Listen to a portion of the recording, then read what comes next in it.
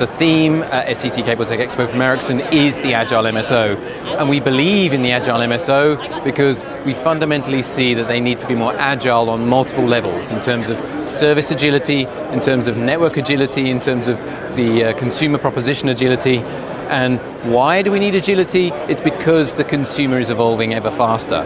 We really see that in terms of all the services that can be offered to consumers, how they want to access content on their terms, the types of services they want, the devices they own and what they expect to be able to use with those. So it really is about delighting that consumer every single day, and that's a big challenge.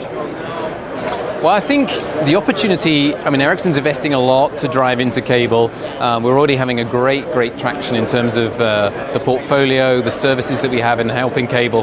But we really see, the way I see it is pay TV service providers, which is satellite, cable and telecoms, have very similar challenges. From a technology perspective, they are converging in their outlook. They're all shifting towards all IP delivery networks, all IP platforms. They're looking to embrace software technologies, cloud technologies to make them more agile.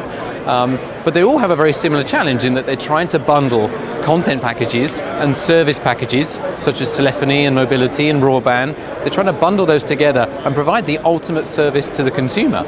And that's getting more and more challenging because the consumer's questioning how much they're paying for the services. Do they want all this content? Do I need to get everything from one place? Now, we believe they do. So, I think that's the great opportunity, is how can they delight the TV consumer and keep their value. And so we see, even though the technology is a bit different between cable, satellite and telecoms, the challenge really at the business level is very similar. It's a very good question.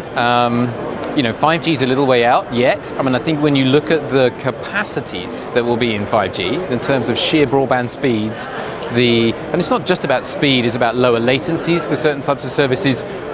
Personally, I think we will see, once we move to this, we call it the network society, the industry kind of calls it the Internet of Things, IoT. Once we truly see the amount of connected devices, the types of services that will be demanded by that, things like connected car, that's going to have very specific service requirements in terms of not just broadband speed, but as I say, things like latency that I'm not sure Wi-Fi would necessarily be able to address in quite the same way. So I do think when it's a bit crystal balling really to look out towards what 5G could do, but 5G is being really designed for the Internet of Things, and Wi-Fi has been very much designed for giving broadband for the masses, but not necessarily with any great one single service capability that it's been focused for.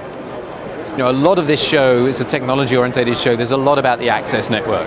So the convergence on DOCSIS 3.1, the performance of DOCSIS 3.1, the access network shifting to IP, the performance of that, and the broadband capabilities that enables. So I think a lot of it is about the access network. For me, what happens once you've got an all-IP infrastructure is how can you innovate the services on top of that? And I think that's where we're starting to see the key themes of, and why we've got this agility theme, is how do you delight the TV consumer? How do you continue to do that? How do you keep up with their needs and demands? And is cable placed to be able to do that better than others? Well, I think there's some strategic advantages from the broadband capabilities in their network, clearly, from fixed with DOCSIS and Wi-Fi from a wireless perspective as well. So I think the key themes really is technology convergence, technology enablement, but then how do you build services on top of that will really drive cable to be more competitive and, of course, drive customer satisfaction? Because, I think that's an area with real improvement needed in terms of this industry.